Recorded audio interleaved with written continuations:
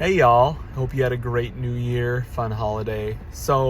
I wanted to talk a little bit about a question I get asked when I have a lot of seller meetings, or even from buyers who are maybe not planning on staying in their home for a super long time, maybe a couple of years before selling it. And that's, if I do XYZ, what kind of return on that investment am I going to get? If I add a bedroom in the basement, if I refinish my kitchen or my bathrooms, what kind of return will I get?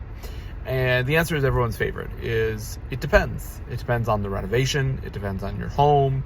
It depends on the market you're in, the specific area you're in. So it depends. But I wanted to talk about some principles that might kind of help you kind of think about it a little bit. And I'm always here to answer questions if you have specifics. So to understand what a single improvement does to the value of your home, you have to understand how we value homes. You may have heard the term CMA or comps or comparables. That's a CMA is a comparable market analysis. It basically says we take a look at all the homes that are similar to yours in your area that have sold recently, and we use that data to essentially value your home. It's basic supply, demand, economics. So that's how we come to the value of your home, by finding something similar. If someone paid this much for this, then they'll probably pay this much for yours.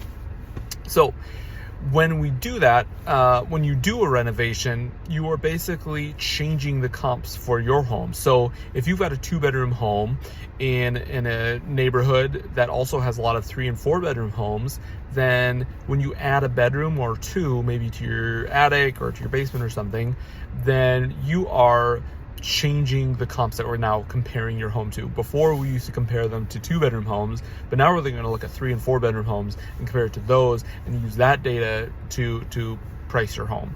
So to understand how much adding a bedroom does to your home, it's not so much as, well, it add X $1,000. It's no, we have to look at all of the homes in that area. And so in some neighborhoods that might add a little bit of value, in some neighborhoods it might add a lot. Or if you're adding a bedroom or two to a 2-bedroom home versus adding 1 bedroom to a 5-bedroom home, then you're going to see a much larger increase in that 2-bedroom home than in that 5-bedroom home, because it changes the condition or the buyer pool for that home significantly, versus going from 5 to 6 isn't that significant of a change. And then there's other things like kitchens and bathrooms, and again, those can be really subjective. It helps when you're in a neighborhood where there's a lot of unrenovated homes that are really dated and original, and then there's a batch of homes that have been recently renovated, because then there's a clear delineation. It's like, okay, this one's like a brand new reno and this one's not, and so there's a big difference, and you can really compare apples to oranges there. Where it gets a little bit harder is like neighborhoods like South Minneapolis, or really anywhere in Minneapolis, where there's been lots of stages of renovations over time. So you've got a renovation done 10 years ago, renovation done 20 years ago, and it's just all over the place as far as like in mixed renovations. Maybe the bathroom's 10 years old, but the kitchen's 20 years old. And then it gets a little bit harder to differentiate between that. So we've got to look at some other factors and just find homes as close as possible. And that's really what it comes down to, is we're trying to figure out if a buyer's looking at your home, what other homes might they consider instead of your home? And that's really at the heart of a comparable. It's not so much some kind of black magic thing. It's just, what do buyers want? Will they want yours, or will they want this other one better or the same?